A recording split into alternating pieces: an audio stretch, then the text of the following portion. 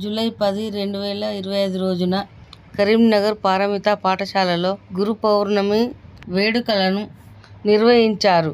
పారమిత పాఠశాల అధినేత ఎనుగంటి ప్రసాదరావు గారు జ్యోతి ప్రజ్వలన చేసి ప్రారంభించి ఈ సందర్భంగా సాంస్కృతిక కార్యక్రమాలు ఆకట్టుకున్నాయి. ఈ కార్యక్రమాన్ని ఉద్దేశించి ప్రసాదరావు మాట్లాడుతూ గురువులను గౌరవించడం మన కర్తవ్యమని అన్నారు.